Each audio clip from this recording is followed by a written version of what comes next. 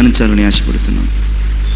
మానవ మాటలను మరుగుపరిచి మహిమ కలిగిన, శక్తి కలిగిన, మమ్మల్ని ఉజ్జింపు చేయగలిగినటువంటి మీ స్వరాన్ని మాకు అనుగ్రహించండి.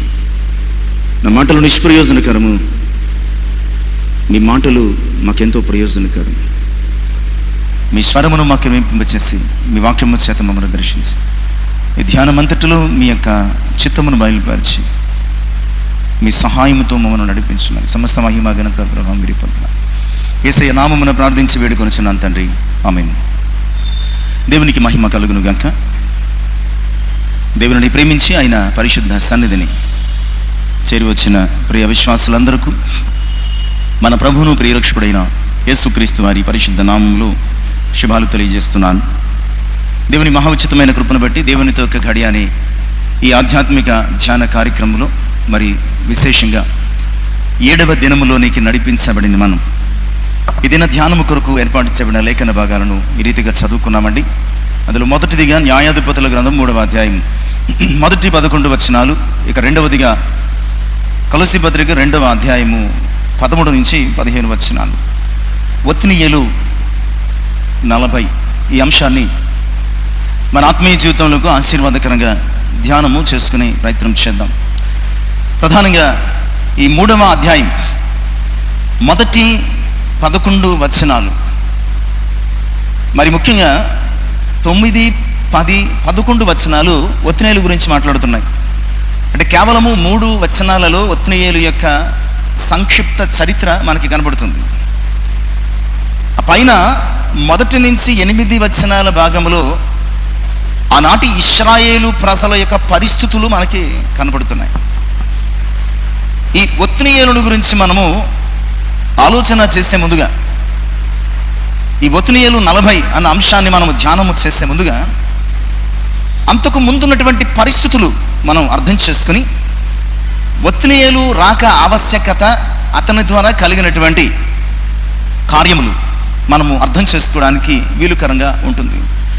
మొదటి 3 వచనాలలో ప్రభునందు ప్రియులారా, ఇశ్రాయేలు ప్రజల మధ్య అన్యజనులను ఉంచుటకు కారణం. నిజానికి కనాను భూమి ఇశ్రాయేలు వాగ్దత్తమైన భూమి, ఇంక అందులో ఎవ్వరూ ఉండడానికి దేవుడు అనుమతించలేదు.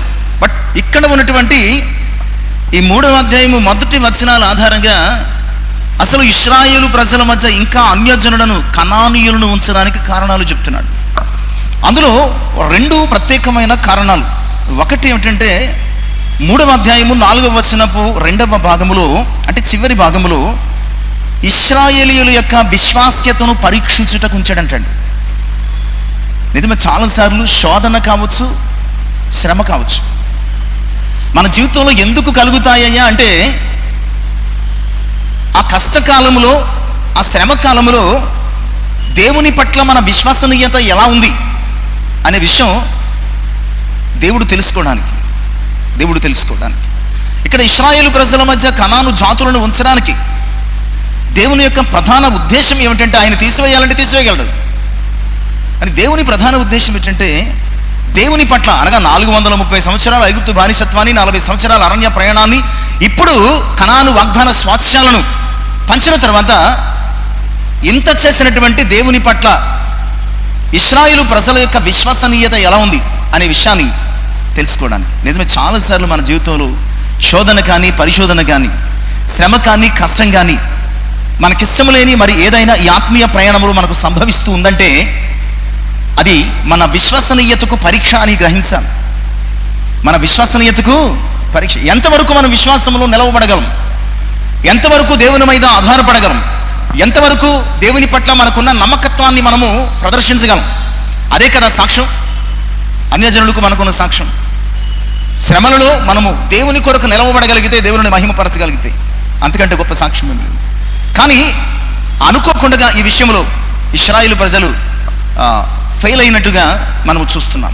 ఇక 2వ రీజన్, కనాను జాతులను ఇశ్రాయేలీల మధ్య వారి కొరకు వాగ్దానం చేసినటువంటి ఆ భూమి మీద, ఆ స్వాస్థ్యం మీద ఇంకా ఎందుకు కనానీయులను ఉంచాడు అంటే 3వ అధ్యాయము మొదటి భాగం, యుద్ధములు ఏమాత్రము చూడని వారికి యుద్ధములు చేయుట నేర్పించుట కట్టండి. అక్కడ రాయబడుతుంది. అంటే ఇప్పుడు స్వాస్థ్యములు పంచుకుని ఈ కనాను భూమిలో ఉంటున్నటువంటి ఈ ఇశ్రాయేలు ప్రజలు కట్టండి అసలు యుద్ధములు చేయడం ఎలాగో తెలియదటండి. యుద్ధములు చేయడము ఏమాత్రము తెలియని ప్రజలకు యుద్ధములు నేర్పించడానికి, దట్ మీన్స్ పోరాటం. ఇక్కడ భౌతికపరమైనటువంటి యుద్ధము అనే దృక్పథం మాత్రమే కాదు, అది ఎలాగో జరిగింది. కానీ ఆత్మ సంబంధమైనటువంటి యుద్ధములు వీరు దేవుని పైన ఎంతవరకు ఆధారపడగలుగుతారు, దేవుని మీద ఆధారపడగలుగుతారా, తమ శక్తిని నమ్ముకుంటారా? యుద్ధం చేయాల్సి వచ్చినప్పుడు దావీదు ఎవరి మీద ఆధారపడ్డాడు? గొల్యాతుతో యుద్ధం చేయాల్సిన పరిస్థితి ఎదురైనప్పుడు దావీదు దేవుని మీద ఆధారపడ్డాడు. యుద్ధము యెహోవాది అన్నాడు, నేను జీవము కలిగిన యెహోవా నామములో నీ మీదకి వస్తున్నాను అని స్పష్టంగా ప్రకటించాడు. ఇశ్రాయేలు ప్రజలు వారి మధ్య ఎందుకు ఇంకా ఆ అన్య జాతుల వారిని ఉంచాడంటే, యుద్ధము ఏమాత్రము చూడనటువంటి వారికి యుద్ధము చేయటం నేర్పించటం. అంటే అలాంటి పోరాట సమయంలో వారు దేవుని మీద ఆధారపడడము ఎలాగో ఏమిటో నేర్పించడానికి, విజయము పొందేలా చేయడానికి దేవుడు వారి మధ్య. నిజమే, క్రైస్తవ జీవితం ఒక పోరాటం. ఆనాడు ఇశ్రాయేలు ప్రజల జీవితం కావచ్చు, ఈరోజు మనం కావచ్చు. పోరాటం లేకపోతే మనిషి చచ్చినా బతికినా ఒకటే. చూడండి, మన శరీరాన్ని కంఫర్ట్ జోన్లో పెట్టామనుకోండి, అంటే కాచిన నీళ్ళే తాగుతూ ఆర్గానిక్ ఫుడ్స్ తింటూ, ఇప్పుడు అదే కదా. ఒకప్పుడు స్వతంత్రంగా బ్రతికే జీవితాలు ఇప్పుడు పిచ్చి ముదిరిందో వెర్రి ముదిరిందో తెలియదు, కానీ ఆర్గానిక్ ఆర్గానిక్ ఆర్గానిక్ ఏమిటో అర్థం కావటం లేదు. ఆర్గానిక్ అనే బ్రాండ్ నేమ్ని ప్రజలు ఏం చేస్తున్నారు? అమ్ముకుంటున్నారు. ఈ శరీరంలో ఈ ఇమ్యూనిటీ పెరగాలి అంటే ఎప్పటికప్పుడు వాతావరణంలో సంభవించే ప్రతి మార్పుకు శరీరము గురి అవ్వాలి, ఎఫెక్ట్ అవ్వాలి. లేదంటే లోపల పోరాడే శక్తి కలిగినటువంటి ఏదైనా ఇన్ఫెక్షన్ సోకితే పోరాడే శక్తి కలిగిన కణాలు ఉంటాయి కదండి, అవి సోమరిపోతుల్లో తయారవుతాయి. బాడీలోనికి ఏదైనా ఇన్ఫెక్షన్ ప్రవేశించింది అనుకోండి, మాకెందుకు ఏమైనా ప్రక్కన నిద్రపోతాయి. ఈ ఇన్ఫెక్షన్ లోపలికి వెళ్ళి ఏమవుతుందంటే శరీరాన్ని పాడు చేస్తుంది. ఈరోజు ఈ సెన్సిటివ్నెస్కి అలవాటు పడినటువంటి మన జీవితాలు తరచూ జబ్బులకు ఎందుకు గురి అవుతున్నాయంటే, శరీరములో పోరాటము చేయడానికి దేవుడు సహజ సిద్ధంగా ఏర్పాటు చేసిన కణాలకు మనం పోరాటం ఏర్పడం మానేసేసి ఆర్గానిక్ ఫుడ్ అని, కంఫర్ట్ జోన్ అని, కాచని నీరని, ఇలాగూ రకరకాల పరిస్థితులకు ఒక సర్కిల్కి సందులు పెట్టాం. శత్రువు వచ్చినప్పుడు అవి ఏం చేస్తున్నాయి? ఎదుర్కొనే శక్తి లేకుండా తరచు బాడీ ఏమవుతుందంటే వ్యాధులకు గురి అవుతుంది. చూడండి, కోవిడ్లో ఎంత జాగ్రత్తలు తీసుకున్నారు, వారు చచ్చిపోయారు. రోడ్డు పక్కన బిచ్చగాళ్ళు అడుక్కునేవాళ్ళు హాయిగా బతికారు. ఎందుకు? వారు దుమ్ములో పెరిగారు, ధూళిలో పెరిగారు, రోడ్డు మీద పడింది ఎరుకులు తిన్నారు, చెట్ల కింద బతికారు, ఆ కుళాయి నీళ్లు తాగారు. వారి బాడీ ఎప్పుడు ఎలా ఉందండి? పోరాటము చేస్తూ యాక్టివ్గా ఉందన్నమాట అండి, యాక్టివ్గా ఉంది. అందుకనే వారిని ఏమీ చేయలేదు. వారు మాస్కులు పెట్టుకోలేదు, ఎలాంటి జాగ్రత్తలు తీసుకోలేదు, ఎలాంటి విటమిన్ క్యాప్సూల్స్ వేసుకోలేదు, ఎలాంటి ఆవిర్లు పట్టలేదు. ఆవిర్లు పట్టిన వాళ్ళందరూ ఆవిర్లు కలిసిపోయారు. ఆవిర్లు పట్టిన వాళ్ళందరూ ఏం చేశారండి? ఆవిర్లు కలిసిపోయారు. అంటే మన బాడీని ఒక కంఫర్ట్ జోన్లో పెడితే అదేమవుతుందంటే దానికి అలవాటు పడుతుంది. కొత్త శత్రువు మన బాడీలో ప్రవేశించినప్పుడు ఇశ్రాయేలు ప్రజల విషయంలో దేవుడు అందుకనే ఎప్పటికప్పుడు వారు యాక్టివ్గా ఉండడానికి పక్కలో బల్యములాగా ఆ కనాను జాతి ప్రజలను వదిలేశాడు. ఎప్పుడు వారిని ఇబ్బంది పెడుతున్నప్పుడు ఇశ్రాయేలుకి ఏమైంది? వీరితో పోరాడాలి, గెలవాలి, యుద్ధం చేయాలి, జయించాలి అన్నటువంటి ఒక ఆలోచనతో వారు జీవించారు. కనుక కనాను జాతి ప్రజలను ఈ మొదటి 4 వచనాలలో కనాను జాతి ప్రజలను అక్కడ ఉంచేయడానికి కారణం ఏంటంటే, ఒకటి, దేవుని పట్ల ప్రజలకు ఉన్నటువంటి, ఇశ్రాయేలు ప్రజలకు ఉన్నటువంటి విశ్వసనీయత పరీక్ష ఎంతవరకు ఆధారపడతారు. 2, యుద్ధములు ఎరిగినటువంటి వారికి యుద్ధములు పోరాటాలు నేర్పించినాను. అలాగే న్యాయాధిపతుల గ్రంథం 3వ అధ్యాయము 4వ వచనంలో కనానీయుల, హివ్వీయుల ఆ చెట్ట అంతా కనబడుతుందండి. వారి వారి జాతులు, వారి వారి వంశాలు, వారి వారి పరిస్థితులు కనపడతాయి. ఇక 3వ అధ్యాయం 5, 6 వచనాల భాగాన్ని మనం ఆలోచన చేస్తే ఇశ్రాయేలు ప్రజలు జారిపోయిన 3 మెట్లు కనబడుతున్నాయండి. ఇశ్రాయేలు ప్రజలు దిగజారిపోయినటువంటి 3 మెట్లు మనకి కనబడుతున్నాయి. ఆ 3 మెట్లు మనం ఆలోచన చేసి అసలు ధ్యానంలోనికి, ఇదంతా ఇంట్రడక్షన్గా ఆలోచన చేస్తున్నాం, అసలు ధ్యానంలోనికి నడిపించబడదు. మొట్టమొదటిగా 3వ అధ్యాయము 5వ వచనము 6వ వచనము మొదటి భాగం. కాబట్టి ఇశ్రాయేలు, కనానీయులు, హిత్తీయులు, అమోరీయులు, హివ్వీయులు, పెరిజీయులు, హివ్వీయులు, యెబూసీయులు జనుల మధ్య నివసించుచు వారు కుమార్తెలను పెండ్లి చేసుకొనచ్చు. ఇక్కడ వారు దిగజారిన మొదట మెట్టు ఏమిటంటే వారి మధ్య నివసిస్తూ, ఎవరి మధ్య అండి? కనాను జాతుల మధ్య. ఇది దిగజారిపోయినటువంటి మొదటి మెట్టు. ఎందుకు ఈ మాట అంటున్నానంటే చాలా క్లియర్గా ఇంకా స్వాస్థ్యాన్ని హ్యాండ్ ఓవర్ చేయకపోవడం. ద్వితీయోపదేశకాండం 7వ అధ్యాయం 2వ వచనంలో దేవుడు అయినటువంటి యెహోవా మోషే ద్వారా ఈ చక్కటి క్లియర్ కట్గా ఈ నిబంధన ఏర్పాటు చేస్తున్నారు. 7వ అధ్యాయము 2వ వచనం దయచేసి. నీ దేవుడైన యెహోవా వారిని నీకు అప్పగించినప్పుడు అమ్మా నీవు వారిని హతము చేయవలను, వారిని నిర్మూలము చేయవలను, వారితో నిబంధన. అంటే ఎలాంటి ఎగ్జంప్షన్ ఉండకూడదు, కరుణించకూడదు, జాలి పడకూడదు. నువ్వు అందులోకి వెళ్ళిన తర్వాత ఆ ప్రజలందరినీ నీవు సమూలంగా. కానీ ఇక్కడ వారు దిగజారిపోయారని ఎందుకు చెప్తున్నానంటే అందులోకి వెళ్ళిన తర్వాత వారు కనానీయుల మధ్య నివసించారే తప్ప వారిని వెళ్ళగొట్టలేదు అన్న సంగతిని జ్ఞాపకం చేస్తున్నాను. ఇక 2వ మెట్టు న్యాయాధిపతుల గ్రంథం 3వ అధ్యాయం 6వ వచనపు 2వ భాగం. వారి కుమారులకు తమ కుమార్తెలను ఇచ్చుచు, వారి కుమారులకు తమ కుమార్తెలను ఇచ్చుచు అంటే వివాహ సంబంధాలు నెరపుతూ ఉన్నారు. అబ్రహాముకు చేతకాక స్వజనుల దగ్గర నుంచి తన కుమారునికి భార్యను తీసుకురావడం. అబ్రహాము అడిగితే అతను ఉన్న ప్రాంతంలో ఇస్సాకుకు పిల్లనివ్వని వారు ఉంటారా? ఎందుకంటే చాలా గొప్పడు. అలాంటి పరిస్థితులు కలిగినటువంటి కాలంలో ఎక్కడో స్వజనుల దగ్గరికి వెళ్ళి తన కుమారుడికి భార్యను తెమ్మన్నాడు. కానీ ఇక్కడ ఇశ్రాయేలు ప్రజలు ఏం చేస్తున్నారంటే ఆ కనానీయుల కుమార్తెలకు తమ కుమారులను, కుమారులకు తమ కుమార్తెలను ఇచ్చుకుంటూ వియ్యమందుతూ వివాహ సంబంధాలు నెరపుతున్నారు. ద్వితీయోపదేశకాండం 7వ అధ్యాయం 3వ వచనం. నీవు వారితో ఎట్టి పరిస్థితుల్లో వియ్యమందకూడదు, వారి కుమార్తెను ఇవ్వకూడదు, కుమారులు ఇవ్వకూడదు, కుమార్తెలను అస్సలు వివాహ సంబంధాలు నెరపకూడదు. ఎందుకంటే అది వారి విశ్వాసానికి గొడ్డలి పెట్టు. జ్ఞాని అయిన సొలొమోను ఏం చేశాడండి? అన్య స్త్రీలను వివాహం, ఒక గొప్ప జ్ఞాని అన్య స్త్రీలను వివాహం చేసుకోవడం ద్వారా అతని ఆత్మీయ జీవితాన్ని పాడు చేసుకున్నాడు. అందుకని ఇశ్రాయేలు ప్రజల 2వ దిగజారుడు పెట్టేటంటే వివాహ సంబంధాలను కుదుర్చుకున్నారు. ఇక 3వ దిగజారుడు మెట్టు 3వ అధ్యాయం న్యాయాధిపతుల గ్రంథం 7వ వచనం 6వ వచనం 2వ భాగమేనండి. వారి దేవతలను పూజించుచూ వచ్చిరి. అట్లు ఇశ్రాయేలీలు యెహోవా సన్నిధిని దోషులై తమ దేవుడైన యెహోవాను మరచి బయలుదేవతలను స్తంభములను పూజించిరి. వారు కనానీయుల దేవతలను పూజించిరి. మళ్ళా ద్వితీయోపదేశకాండానికి వెళదాం. 7వ అధ్యాయం 5వ వచనంలో దేవుడు చాలా క్లియర్గా జ్ఞాపకం చేశాడు.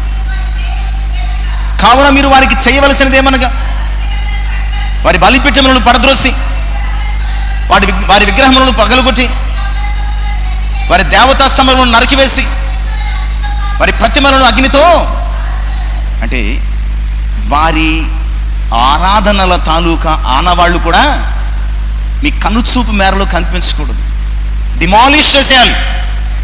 అంటే వీళ్ళు ఏం చేశారండి? బయలు దేవతా స్తంభములను ఆరాధిస్తూ వచ్చారు. ఈ 3 రకాలుగా ఇశ్రాయేలు ప్రజలు దేవుని కృప నుంచి తొలగిపోయారు. అప్పుడు దేవుడు ఏం చేశాడంటే 8వ వచనములు అరామ్న హరాయిము రాజు అయినటువంటి కూషన్ రిషతాయిము ఈ మాట చెప్తే బైబిల్ వచ్చినట్టు. మీకు ఈ మాట మీరు పలికితే మీకు బైబిల్ వచ్చినట్టే. కూషన్ రిషతాయిము, ఓకేనా? అరామ్న హరాయిము రాజు అయినటువంటి కూషన్ రిషతాయిము ఇతను పంపించి ఇశ్రాయేలు ప్రజలను 8 సంవత్సరాలు అతడు దాసులుగా బానిసలుగా వాడుకోవడానికి పంపించేశాడు. అప్పుడు గుర్తొచ్చాడు దేవుడు 9వ వచనంలో, ఇశ్రాయేలు యెహోవాకు మొరపెట్టగా. నిజమే ప్రియులారా, మన మీద కోపం కాదు కానీ దెబ్బ తగిలితేనే కానీ ఏమనరట? దెబ్బ తగిలితేనే కానీ అమ్మ అనరట. దెబ్బ తగిలితేనే కానీ అమ్మ అనరట. ఇశ్రాయేలు ప్రజల జీవితంలో దేవుడు గుర్తించేటట్టు 8 సంవత్సరాలు భయంకరమైన రాజు అతను కూషన్ రిషతాయిము. అతనికి అప్పగించేశాడు. 8 సంవత్సరాలు నరకం చూపించాడు. రాచి రంపాన పెట్టినాడు. అప్పుడు గుర్తొచ్చాడు దేవుడు, అయ్యో మా దేవుడు ఉన్నాడు, మేము ఆయన భక్తుడిగా. అప్పుడు దేవుడు ఒత్నీయేలును కనజు కుమారుడైనటువంటి ఒత్నీయేలును పంపించినట్లుగా మనము ఆ 9వ వచనపు 2వ భాగంలో చూస్తాం. ఈరోజు ఒత్నీయేలు 40. ఈ నెంబర్ ఏం విచిత్రంగా ఆలోచించద్దు.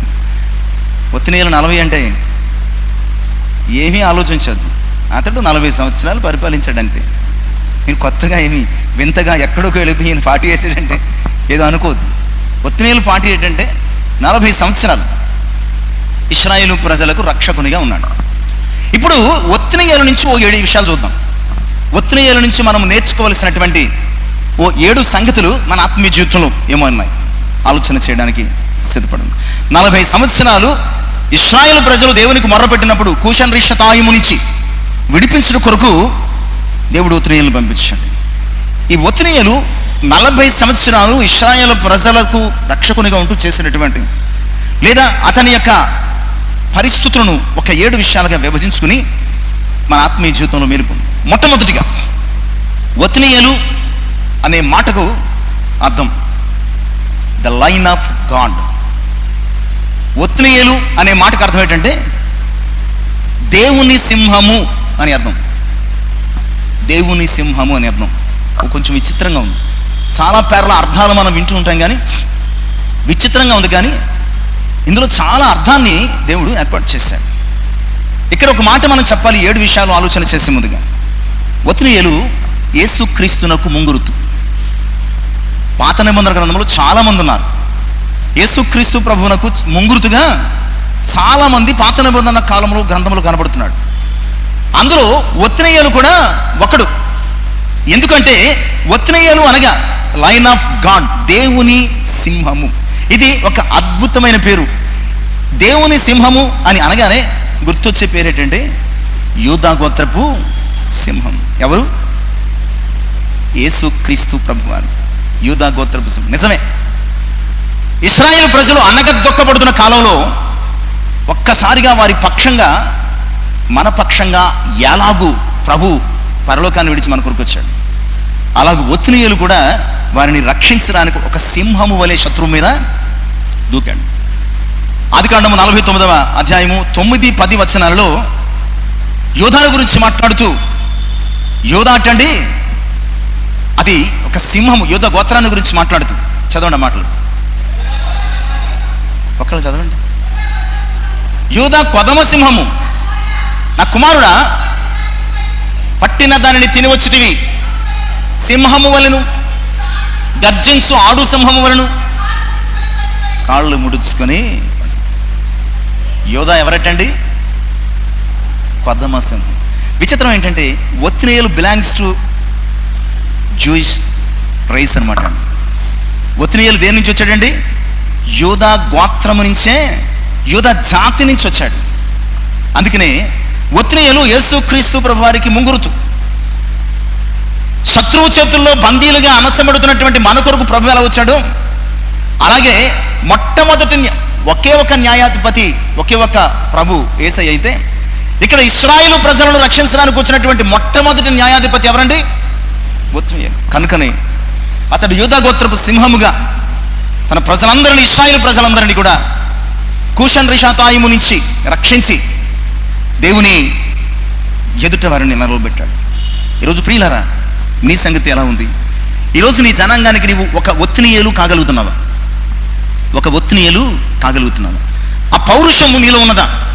నశించిపోతున్నటువంటి నీ జనుల పట్ల, నశించిపోతున్న నీ జాతి పట్ల, నశించిపోతున్నటువంటి నీ దేశము పట్ల ఒత్నీయేలుకు ఉన్నటువంటి ఆ పౌరుషము, ఆ రోషము, ఆ పోరాడే తత్వం నీకుందా లేదా ఆలోచన వచ్చి.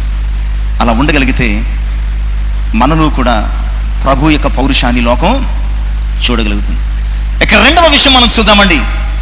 ఒత్నీయేలు, ఈ పేరుకు ఇంకొక అర్థం ఉంది, స్ట్రెంగ్త్ ఆఫ్ గాడ్. ఒత్నీయేలు అనే పదానికి మరొక అర్థము అదేమిటంటే స్ట్రెంగ్త్ ఆఫ్ గాడ్, దేవుని బలం. ఈ పదం కూడా ఒత్నీయేలుని ఎక్కడికి తీసుకెళ్తుందంటే యేసుక్రీస్తు ప్రభు దగ్గరికి తీసుకెళ్తుంది. ఒత్నీయేలు, ఈ పదం కూడా దేవుని బలము అన్నటువంటి ఈ పదం కూడా ఒత్నీయేలుని ఎక్కడికి తీసుకెళ్ళాలంటే ప్రభు దగ్గరికి తీసుకెళ్ళి. ఎందుకంటే కొరింథీ మొదటి పత్రిక 1వ అధ్యాయం 24వ వచనం. కొరింథీ మొదటి పత్రిక 1వ అధ్యాయం 24వ వచనం. ఆయన యూదులకు ఆటంకముగాను అన్య జనులకు వెర్రితనముగాను ఉన్నాడు, కానీ యూదులకేమి గ్రీసు దేశస్థులకేమి పిలువబడిన వారికే క్రీస్తు దేవుని శక్తియును, స్ట్రెంగ్త్ ఆఫ్ గాడ్. ఎవరికి? పిలువబడిన ప్రతి ఒక్కరికి. ఒత్నియేలు కూడా ఏమిటి? పిలువబడిన ఇశ్రాయేలు ప్రజలకు ఎలా ఉన్నాడండి? దేవుని అసలు బలము లేకుండా బలహీనులైపోయారండి. కూషన్ రిషాతాయిము చేతుల్లో బలము లేకుండా అన్నగదొక్కబడి 8 సంవత్సరాలు బానిసలుగా బతుకుతున్నటువంటి ఇశ్రాయేలు ప్రజల పక్షంగా దేవుని బలమై నిలిచాడు ఒత్నియేలు. అలాగే బలహీనుడమైన మన కొరకు కూడా యేసుక్రీస్తు బలమైన దేవునిగా నిలిచాడు. ఆయన 5 బలమైన నామాల్లో ఒకటేటండి, బలవంతుడైన దేవుడు. బలవంతుడైన దేవుడు కనుక ఒత్నియేలు మరలా యేసుక్రీస్తు దగ్గరికి వెళుతున్నాడు. ఆయనకు ముంగుర్తుగా సాదృశ్యంగా పాత నిబంధనలో కనపడుతున్నాడు. దేవుని బలము అనబడే ఈ ఒత్నియేలు తన ప్రజలను బలవంతుడైనటువంటి కూషన్ రిషాతాయిము నుంచి రక్షించాడు. ఈరోజు నీవు దేవుని బలంగా ఉన్నావా, లేదా భక్తిహీనతలోను బలహీనతలోను ఉన్నామా? ఆలోచించాలి. మనము క్రీస్తు యేసునందు బలవంతులము కావాలని ఆయన మన కొరకు తను సమర్పించుకున్నాడు. అలాంటి బలవంతులు కావలసిన మనం ఇంకా ఈ లోకంలో దేని చేతనైనా బలహీనులం అయిపోతున్నామేమో ఆలోచన చేసుకుని, నీవు దేవుని యొక్క క్రీస్తు యొక్క బలముగా నశించిపోతున్న అనేకులను అగ్ని నుంచి బయటకు లాగినట్లు నీవు రక్షించాల్సిన బాధ్యత, ఒక ఒత్నియేలు బాధ్యత కలిగి ఉన్నాం అన్న సంగతిని తెలియజేస్తున్నాను. ఇక ఒత్నియేలు గురించినటువంటి 3వ విషయాన్ని ఆలోచన చేద్దాం. ఒత్నియేలు సమాధాన కారకుడు. మనము టైటిల్లో అదే పెట్టుకున్నాం బ్రాకెట్లు. ఒత్నియేలు సమాధాన కారకుడు. ఒత్నియేలు అంటే ఎందుకంటే 3వ అధ్యాయము 11వ వచనం. అప్పుడు 40 సంవత్సరములు దేశము నెమ్మది పొందెను. ఒకే ఒక యుద్ధం. ఒత్నియేలు ఏం చేశాడండి? ఒకే ఒక యుద్ధం. అరామ్న హరాయిము రాజు అయినటువంటి కూషన్ రిషాతాయిమును జయించాడంతే. మళ్ళా 40 ఇయర్స్ ఎలాంటి యుద్ధాలు లేకుండా 40 సంవత్సరాలు నెమ్మదంటే యుద్ధాలు లేనట్టే కదా అని అర్థం. చిన్న చితగా అసలు ఎలాంటి స్ట్రగుల్ లేదు. 40 సంవత్సరాలు ఒత్నియేలు కాలంలో దేశము నెమ్మది పొంది. నిజమే, ఒత్నియేలు ఇశ్రాయేలుల జీవితంలో సమాధాన కారకునిగా ఉన్నాడు. మళ్ళా ఈ మాట కూడా ఎక్కడికి తీసుకెళ్తుంది? సమాధానకర్తగా అధిపతి అయినటువంటి ప్రభు దగ్గరికి తీసుకెళ్తుంది. ఈ పనిని బట్టి కూడా ఒత్నియేలు రానయ్యున్నటువంటి ఆ కాలంలో క్రీస్తునకు ముంగురుతుగా ఉన్నాడు. ఇశ్రాయేలు ప్రజల జీవితంలో సమాధానాన్ని స్థాపించేవానిగా ఉన్నాడు. ఈరోజు నీ జాతికి, నీ జనాంగానికి, నీ సంఘానికి, నీ ప్రజలకు నీ ఒక సమాధాన కారకుడవా, కారకురాలుగా ఉన్నావా లేదా? నీ జాతికి, నీ జనాంగానికి, నీ ప్రజలకు, నీ ఇంటికి, నీ సంఘానికి ఒత్నియేలు వలె నీవు ఒక సమాధాన కారకునిగా ఉంటే అది నీకు మేలు. ఒకవేళ మన ద్వారా అలాంటి సమాధానం దొరకపోతుంటే, అందకపోతుంటే, లేదా స్థాపించబడకపోతుంటే మన జీవితం ఒకవేళ ప్రమాదములు ఉందేమో ఆలోచన చేసుకోవాల్సిన అవసరం ఉంది. దేవుని బలమైన నామాలలో సమాధానకర్తయగు అధిపతి అని ఆయనకు. నిజమే, క్రీస్తు ప్రభు వారు కూడా వారికిని మనకిని సమాధాన కారకునిగా ఉన్నాడని ఎఫెస్సి పత్రిక 2:16 చూడవసరం లేదు. ఎఫెస్సి 2:16 నిజమే, వారికి మనకి కూడా ఇశ్రాయేలు ప్రజలకు ఏర్పాటు చేయబడిన జనాంగానికి ఆయన రక్తము చేత విమోచించబడిన మనకు కూడా ఆయన సమాధాన కారకుడే. మనము కూడా అట్టి సమాధానాన్ని కలిగి ఉండాలి అన్న విషయాన్ని వాక్యానుసారంగా తెలియజేస్తున్నాను. ఇక ఒత్నియేలు నుంచి మనం నేర్చుకోవలసిన 4వ పాఠం, Othniel the first saviour of Israelites. న్యాయాధిపతుల కాలంలో the first saviour of Israelites. న్యాయాధిపతుల గ్రంథం 3:9. ఇశ్రాయేలు యెహోవాకు మొరపెట్టగా యెహోవా కాలేబు తమ్ముడైన కనజు యొక్క కుమారుడు ఒత్నియేలును రక్షకునిగా ఇశ్రాయేలీయుల కొరకు నియమించాడు. రక్షకుడు చేసే పని అక్కడ అతని పేరు, అతని పని కూడా కనబడుతుందండి. మళ్ళీ ఇది ఎక్కడికి తీసుకెళ్తుంది? ఒత్నియేలును మళ్ళా యేసుక్రీస్తు ప్రభు దగ్గరికి తీసుకెళ్తుంది. ఆయన రక్షకుడిగా పుట్టాడు, ఆయన రక్షించాడు. మత్తయి సువార్త 1వ అధ్యాయంలో 21వ వచనములో యోసేపునకు దూత దర్శనమిచ్చినప్పుడు మాట్లాడుతున్నటువంటి మాటలు మనం చూస్తే కనుక మత్తయి సువార్త 1వ అధ్యాయం 21వ వచనం. ఆమె యొక్క కుమారుడి కలను తన ప్రజలను వారి పాపముల నుండి ఆయనే రక్షించు. మనల్ని పాపముల నుంచి రక్షించడానికి యేసుక్రీస్తు ప్రభువారు రక్షకునిగా ఈ లోకంలోనికి వచ్చా. యేసు అనే మాటకు రక్షకుడు అని అర్థం. రక్షకుడు అని అర్థం ఇచ్చే పేరే కాదు, రక్షించే పని కూడా భుజాల మీద ఆయన వేసుకుని మనల్ని రక్షించాడు. ఇక్కడ ఒత్నియేలును దేవుడు రక్షకునిగా నియమించడం మాత్రమే కాదు, ఇశ్రాయేలు ప్రజలను రక్షించే పని కూడా ఒత్నియేలు నిర్వర్తించాడు. కనుక ఇది కూడా ఒత్నియేలును యేసుక్రీస్తు ప్రభువునకు ముంగుర్తుగా.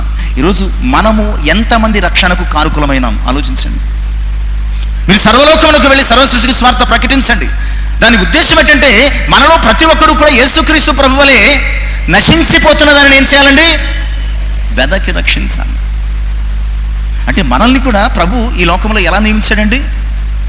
ఆత్మల రక్షణ సాధనాలుగా, నశించిపోతున్నటువంటి ఆత్మల రక్షణ సాధనాలుగా ఏర్పాటు చేశాడు. ఒత్నియేలో పని సక్సెస్ఫుల్గా చేశాడు. యేసుక్రీస్తు ప్రభువు ఏం చేశాడో మనకి తెలుసు. మరి మనం ఏం చేస్తున్నాం? మనకు ప్రభు రక్షణ దొరికింది. నశించిపోతున్నటువంటి వారి పట్ల అటు భారాన్ని మనం కలిగి ఉన్నామా లేదా ఆలోచన చేసుకోవాలి. ఇక 5వ విషయాన్ని కూడా మనం ఆలోచన చేద్దాం. ఒత్నియేలు ఈ మాట మనకి ఏమి నేర్పిస్తుంది? 5వ అంశం, ఒత్నియేలు దేవుని ఆత్మ కలిగినవాడు. ఈ 3వ అధ్యాయము 10వ వచనపు మొదటి భాగం చాలండి. యెహోవా ఆత్మ అతని మీదకు. ఒత్నియేలు ఏం కలిగిన వాడండి? ఈ మాట కూడా మళ్ళా ఒత్నియేలుని ఎక్కడికి నడిపిస్తుంది? మళ్ళా యేసుక్రీస్తు ప్రభువు దగ్గరికి నడిపిస్తుంది. మత్తయి సువార్త 3:16లో చూస్తే ఆయన యోహాను చేత బాప్తిస్మము పొందినప్పుడు పరిశుద్ధాత్మ పావురము వలె ఆయన మీదకి దిగొచ్చింది. అక్కడ ప్రభు పరిచర్య కొరకు సిద్ధపడుతున్న ప్రారంభం ఆత్మాభిషేకం. ఇక్కడ ఇశ్రాయేలు ప్రజలను ఒత్నియేలు రక్షించుకొనుట కొరకు ఆయన మీద కూడా దేవుని ఆత్మ దిగి వచ్చింది. దేవుని ఆత్మ కలిగిన ఒత్నియేలు, దేవుని ఆత్మ ఉన్నటువంటి ప్రభు, ఇద్దరు పోలికలు ఈరోజు మన జీవితంలో ఉన్నాయా లేదా? ఈరోజు దేవుని ఆత్మ కలిగిన వాడే, ఆత్మ లేనివాడు నావాడు.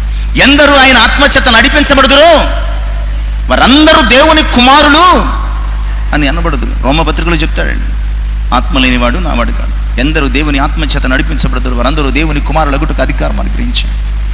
కనుక ఈరోజు ఒత్నియేలు యేసుక్రీస్తుకు ముంగురుతు అయితే మనలో ప్రతి ఒక్కళ్ళు ఒక ఒత్నియేలుగా ఉండాలని దేవుడు జ్ఞాపకం చేస్తుంది. అంటే ఆత్మాభిషేకం, ఆత్మానుభవము, ఆత్మావేశము కలిగిన వారుగా. ఎందుకంటే ఆత్మ లేకపోతే, దేవుని ఆత్మ లేకపోతే దురాత్మకి మనకి పెద్ద తేడా ఉండదు. దురాత్మకు మనకు పెద్ద తేడా ఉండదు. దేవుని ఆత్మచేత నడిపించబడకపోతే దాని నెక్స్ట్ స్టేజ్ ఏంటి? దురాత్మ చేత నడిపించబడతాం. దేవుని ఆత్మచేత ఖాళీ చేయబడిన ఇల్లు, దురాత్మ విడిచి ఖాళీ చేయబడిన ఇల్లు, ఈ ఇంటికి గల వ్యక్తి ఏం చేయాలి? అందులోని దేవుని ఆత్మను ఏర్పాటు చేసుకోవాలి. మానేసి ఖాళీగా పెట్టుకున్నాడు. మళ్ళీ వచ్చింది దురాత్మ, మరి ఏడు పట్టుకొచ్చింది, భయంకరంగా తయారైంది. దేవుని ఆత్మ లేకపోతే క్రైస్తవునికి, ఆ క్రైస్తవ హృదయం దురాత్మల మందిరం అయిపోతుంది. ఇక క్రైస్తవుడు వలన సంఘానికి, సమాజానికి హాని తప్ప ఎలాంటి మేలు కలుగు. కనుక దేవుని ఆత్మ కలిగిన ఒత్నియేలు వలె మనము కూడా ప్రభు పనిని లోకంలో జరిగించడానికి సిద్ధపడి. ఇక ఒత్నియేలు గురించి 6వ అంశం, ఒత్నియేలు బహుధైర్యవంతుడు. ఒత్నియేలు బహుధైర్యవంతుడు. న్యాయాధిపతుల గ్రంథము 1వ అధ్యాయం 13, యెహోషువ 15-17 రెండింట్లో ఒకే సందర్భ సంఘటన. యెహోషువ 15-17లోను, న్యాయాధిపతుల 1వ గ్రంథం 13లోను కూడా ఒకే ఒక్క సంఘటన. ఆ సంఘటన ఏమిటంటే దెబీరు అను మారుపేరు కలిగిన కిరియత్సెఫెరు దీనిని పట్టుకొని దోచుకొని వచ్చేవాడికి నా కుమార్తె అయిన అక్సాను ఇచ్చి పెళ్లి చేస్తా అన్నాడు. ఎవరు? కాలేబు. ప్రకటన, బహిరంగ ప్రకటన చేశాడు. అంత బహిరంగ ప్రకటన చేశాడంటే అది అంత సులువైన విషయం కాదు. అప్పుడప్పుడు పూర్వకాలం కథల్లో, రాజుల కథల్లో చదువుకుంటూ ఉంటాం కదండి, పలానా పని చేసినోడికి నా కుమార్తెను, అర్ధరాజ్యాన్ని, అలా అంత ఉదారంగా ప్రకటించాడంటే అది చాలా కష్టమైంది, అసాధ్యమైన పని. ఇక్కడ కాలేబు కూడా ఒక అనౌన్స్మెంట్ ఇచ్చాడు, పబ్లిక్ అనౌన్స్మెంట్. కిరియత్సెఫెరును ఎవరైతే దోచుకుని పట్టుకుంటారు వానికి నా కుమార్తెను ఇస్తాను అన్నాడు. ఎవ్వరూ ముందుకు రాలేదు. ఒక్క ఒత్నీయేలు తప్ప. ఒత్నీయేలు వచ్చి కిరియత్సెఫెరును దోచుకుని పట్టుకుని తిరిగి వచ్చినప్పుడు ఈ ఒత్నీయేలుకు కాలేబు తన కుమార్తె అయిన అక్సాను ఇచ్చాడు. నిజమే ప్రియులరా, ఒత్నీయేలు చాలా ధైర్యవంతుడు. ఆ సమాజంలో, ఇశ్రాయేలు సమాజంలో ఎవ్వరూ చేయలేనటువంటి పనిని ఒక్కడుగా వెళ్ళి జయించుకొచ్చాడు. ఎవరూ సాహసించలేనటువంటి పనిని ఒక్కడుగా వెళ్ళి చేసుకొచ్చాడు. ఇది ఒత్నీయేలు యొక్క ధైర్యాన్ని మనకి చూపిస్తుంది. నిజమే, యేసుక్రీస్తు ప్రభువారు కూడా ధైర్యానికి ఆనవాలు. అందుకనే ఆయన సిలువలో మరణాన్ని జయించారు. సాతాను తల చెదగొట్టారు, మనల్ని తిరిగి లేపారు. నిజమే, ఆయన మనకి పిరికితనము కలిగిన ఆత్మను, ఈరోజు మనం కూడా ధైర్యము కలిగిన ఒత్నీయేలు వలె క్రీస్తు ప్రభువారికి ఒక సాధనాలుగా జీవించాలి ఈ లోకంలో. అలా జీవించాలంటే క్రీస్తునకు కలిగిన ధైర్యము మనం కూడా కలిగి ఉండాలి. అలా కలిగి ఉండాలంటే కనుక ప్రభువుతో మనము ప్రయాణించాలి. ఎందుకంటే ఆయన మనకు పిరికితనము కలిగిన ఆత్మనయ్యలేదు, శక్తియు ప్రేమయు ఇంద్రియ నిగ్రహము కలిగిన ఆత్మనే ఇచ్చాడు. శక్తియు ప్రేమయు ఇంద్రియ నిగ్రహము కలిగినటువంటి ఆత్మనే ఇచ్చాడు.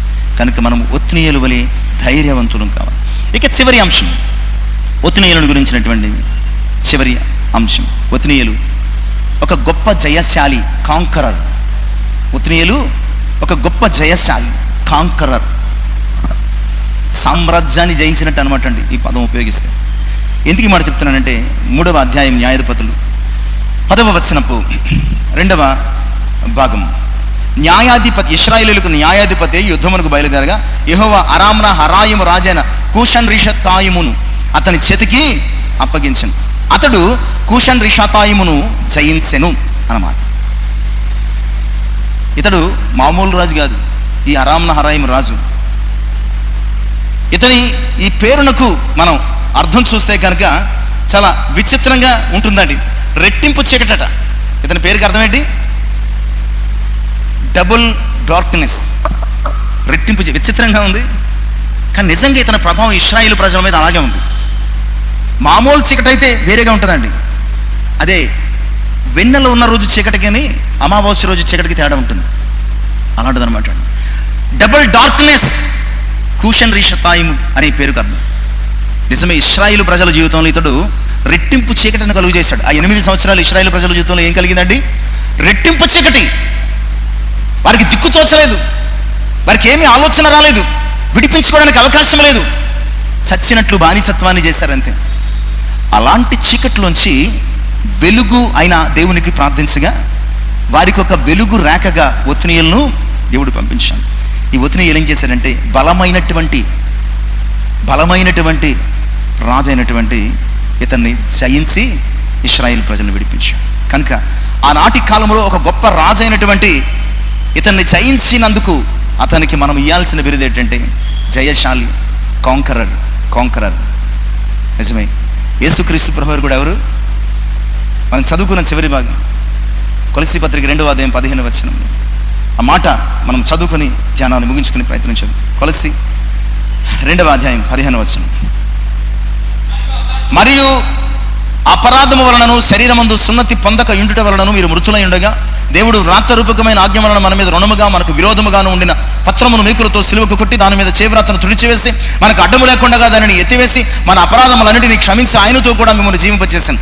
ఆయన ప్రధానులను అధికారులను నిరాయుధులుగా చేసి సిలువ చేత జయోత్సవముతో వారిని పట్టి తెచ్చి బాహాటముగా వేడుకకు ఆయన సిలువ చేత జయోత్సవములు చేశాను.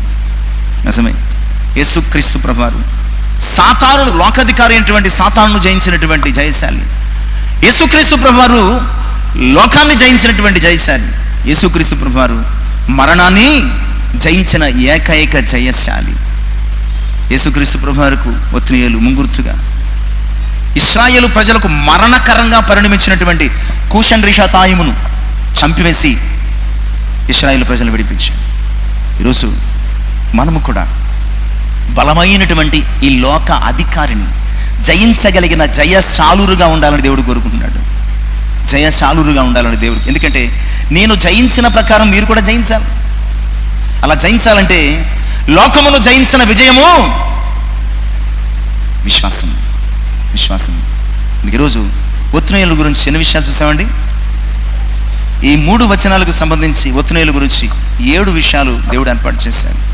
ఈ 7 విషయాలను బట్టి ఒత్నియేలు యేసుక్రీస్తు ప్రభువారికి ముంగురుతూ మాత్రమే కాదు, ఒత్నియేలు మనకొక రోల్ మోడల్. మనం కూడా ఇలా ఉండాలి. మన సంఘాల విషయమై, మన కుటుంబాల విషయమై, సమాజం విషయమై, దేశం విషయమై బాధ్యత కలిగినటువంటి న్యాయాధిపతులుగా, రక్షకులుగా, సమాధాన కారకులుగా, యూదాగోత్రపు సింహాలుగా, దేవుని బలముగా మనము ఉండాలి అన్న సంగతిని వాక్యం ద్వారా జ్ఞాపకం చేస్తున్నాను. మరొక మారు ఒత్నియేలు గురించి, దేవుని సింహము, దేవుని బలము, సమాధాన కారకుడు, రక్షకుడు, ఆత్మ కలిగిన వాడు, ధైర్యవంతుడు, జయశాలి. మనము కూడా ఇలాంటి అనుభవాలు కలిగి ఉన్నప్పుడు మన సంఘాన్ని, మన జాతిని, మన జనాంగాన్ని, మన దేశాన్ని రక్షించుకోగలుగుతాం. ప్రభు రాకలో సగర్వంగా, అయ్యా ఇదిగో నీవు నాకు 5 ఇచ్చావు, 5 తలాంతులు సంపాదించాను, నాకు 2 ఇచ్చావు, మరి 2 సంపాదించానని చెప్పగలుగుతాం. అలాగ కాకపోతే, అయ్యా నీ విత్తన చోట ఎత్తువాడవని, పెట్టని చోట ఎత్తువాడవని, విత్తన చోట కోయువాడవని నేను అరుగుదును, అందుకని భూమిలోకి పెట్టానని చెప్పి ఆయన కోపానికి, ఉగ్రతకు పాత్రలు అవుతాం. కనుక మనలో ప్రతి ఒక్కళ్ళు ఒత్నియేలుగా ఉండాలని దేవుడు కోరుకుంటున్నాడు. అలాంటి అనుభవాలు కలిగి ఆత్మీయ జీవితంలో ప్రభుకు మహిమకరంగా వాడబడాలని కోరుకుంటూ ఈ కొద్ది మాటలు ముగిస్తున్నాను. ఈ మాటలు మన జీవితంలో దేవుడు ఆశీర్వాదకరంగా ఫలింపచేయను గాక. ఆమేన్. తల నుంచి ప్రార్థన చేసుకుందాం. పరిశుద్ధ వందనాలు. ఇంతవరకు నాతో మాట్లాడారు ఒత్నియేలు అనే ఈ వ్యక్తి ఇశ్రాయేలు ప్రజల జీవితంలో మొదటి న్యాయాధిపతిగా ఏం చేశాడో, మాకేమి నేర్పిస్తున్నాడు, ఎవరికి సాదృశ్యంగా ఉన్నాడు మాకు తెలియజేశాడు. వినవాక్యం మా హృదయాలు ఫలింపచేసి మేము కూడా మా ప్రజలకు, మా జాతికి, మా సంఘానికి, మా దేశానికి ఒక ఒత్నియేలు కావడానికి మీకు మాదిరికరంగా, మీరు మాకు మాదిరికరంగా మేము జీవించడానికి సహాయం చేయండి. వాక్యమును ఆయన సాతానుడు ఎత్తుకుపోకుండా మా హృదయంలో ఫలింపచేసి వాక్యానుసారమైన జీవితాల్లో మేము మలుచుకున్నట్టుకు మీ మహిమ కొరకు వాడబడడానికి సహాయం చేయండి. యేసయ్య నామమున ప్రార్థించి వినయపూర్వకంగా అడిగి వేడుకొంచున్నాను తండ్రి. ఆమేన్. దేవునికి మహిమ కలుగును గాక.